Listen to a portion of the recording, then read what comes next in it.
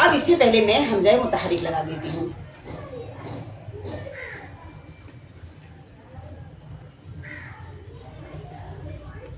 تو آپ دیکھ سکتے ہیں کہ حمزہ ہا زبر آہ، حمزہ ہا زبر آہ.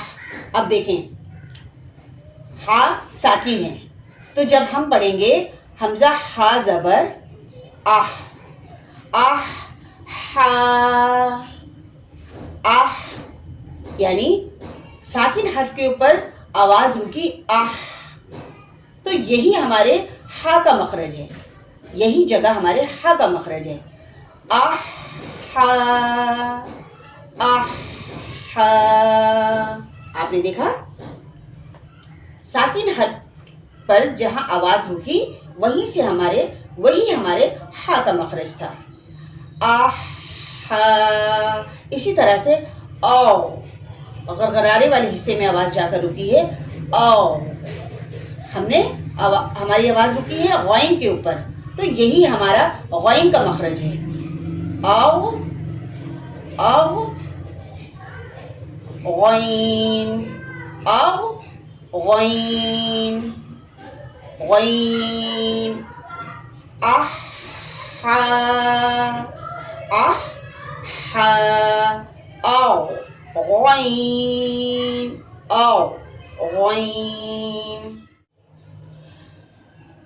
آئیے ایک بار پھر میں ان حرفوں کو پڑھنے کا طریقہ بتاتی ہوں. ادنی حلق سے نکلنے والے دو حرف غائن خا. غائن کی ادائیگی دیکھیں غا، غا، جیسے کہ میں نے آپ کو بتایا تھا غرغرے والے حصے میں.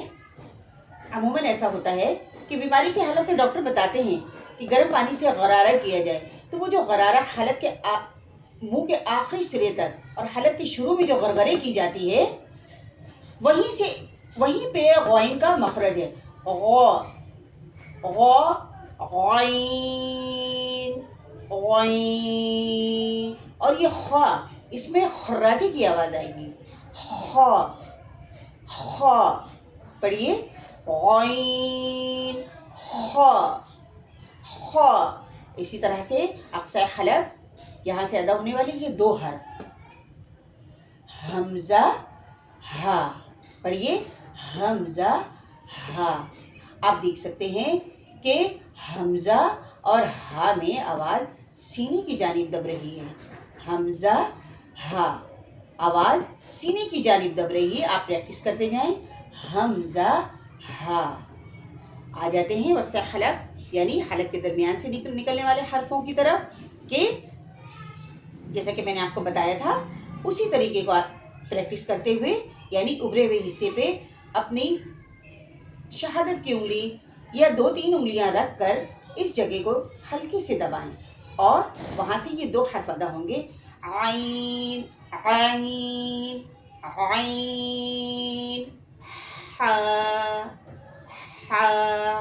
ہا میں ایک ہوا ہے، ہا میں ایک ہوا ہے جو باہر کی طرف نکل رہی ہے. منہ سے باہر کی جانب ایک ہوا نکل رہی ہے. ہا، ہا، عین، عین. تو معزز ویورز، یہ تھا ہمارا آج کا سبق جس میں ہم نے حروف حلقی پڑھنے کی مشق کی.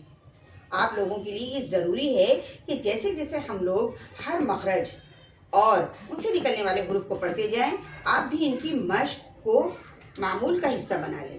کیونکہ اگر حروف کی ادائیگی صحیح مخارج سے نہ کی جائے تو وہ ناقص ہوتی ہے، اور اس سے بچنے کے لیے اور کلام پاک کی ٹھیک تلاوت کرنے کے لیے آپ کی اپنی محنت بھی بہت میٹر کرتی ہے. ملیں گے اگلی ویڈیو میں. جزاک اللہ خیرہ. تو آئیے کلاس کے اختتام کی دعا پڑھ لیتے ہیں. سبحانک اللہم وبحمدک اشہد ان لا الہ الا انت استغفرک واتوب الیک. سبحان ربک رب العزت عما یصفون وسلام علی المرسلین والحمد للہ رب العالمین وصلی اللہ تعالی علی خیر خلق اجمعین برحمتک یا ارحم الراحمین. آمین.